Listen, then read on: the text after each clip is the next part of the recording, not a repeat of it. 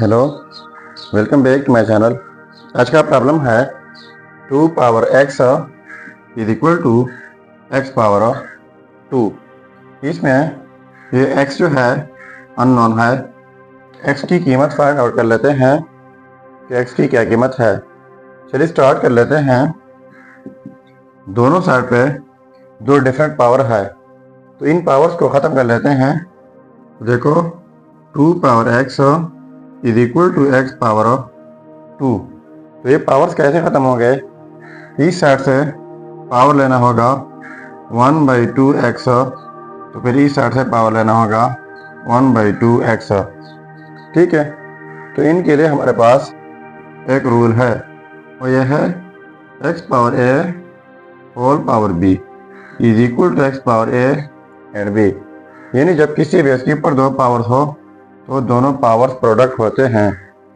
तो यहाँ पर 2 पावर x है, दूसरा होल पावर 1/2x है, तो x हो जाएगा dot 1/2x is equal to x power 2 dot 1/2x।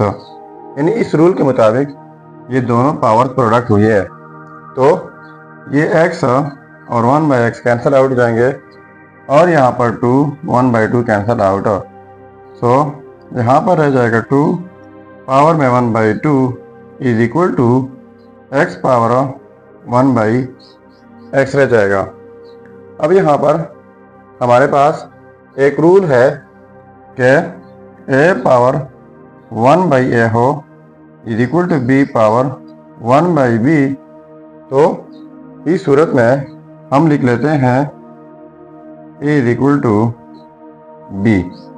तो देखो बेस 2 है, पावर में 1/2, यहाँ पर बेस x है, पावर में 1/x। तो इस रूल के मुताबिक हम लिख सकते हैं a is equal to b, यानी 2 is equal to x। So ये रहा हमारा रिजल्ट। लेकिन अगर हम इनको मज़ीद सिंप्लीफाई करना चाहें तो हमारे पास एक और रिजल्ट भी आ सकता है। चलिए मज़ीद भी सिंप्लीफाई कर लेते हैं। तो देखो 2 power 1/2 is equal to x power 1/x। तो यहाँ पर पावर में अगर हम 1 लिख ले और इनको प्रोडक्ट कर ले तो वही 1/2 हो जाएगा। तो देखो 2 1 की जगह अब लिख लेते हैं 2/2 dot 1/2 is equal to x power 1/x। ठीक है, तो लिख लेते हैं 2 पावर ये वाला 2 यहाँ पर लिख लेते हैं, और होल पावर 1/ ये वाला 2 एंड ये वाला ये हो जाएगा 4 is equal to x power 1/x। ठीक है,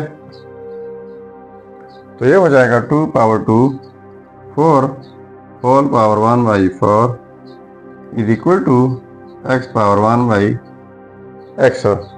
तो पहले मैंने रूल बताया कि a पावर 1/a हो is equal to b power 1/b, तो हम लिख सकते हैं a is equal to b। तो यहाँ पर यह हो जाएगा 4 इज इक्वल टू x। तो हमारे पास ये रहा दूसरा रिजल्ट। तो इनको नाम देते हैं x1 और इनको x2। तो ये हो गए हमारे दो रिजल्ट्स x1 एंड x2।